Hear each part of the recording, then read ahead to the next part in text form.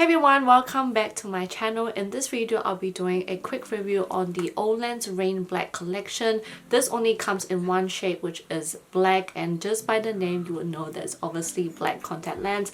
I thought I will mention this really quickly because I am loving this recently, and at first I was a little bit skeptical with the size because it is graphic diameter of 13.5mm. I tend to go for something between 13.2, which is like my max, or 13.0, around that mark. But when I saw 13.5, I was like, not so sure. And then when I saw the model wearing it, I thought it was pretty nice, so I thought I'll give it a go. In terms of the color, just like the name, it is black. It has like a really dark black limbo ring, but it's really thin, and going in you see like a really nice sharp lines going in, which really reminds me of like Spanish, but a little bit more lines in between, and those lines feature like gray color. So I like that it's not like fully black, so you see like a combination of black and gray, and it's just a beautiful combo. And they call it like a rain-like pattern, where imagine like you see raindrop and it shimmers. It looks like that on your eyes because it really gives like a really beautiful glazy finish.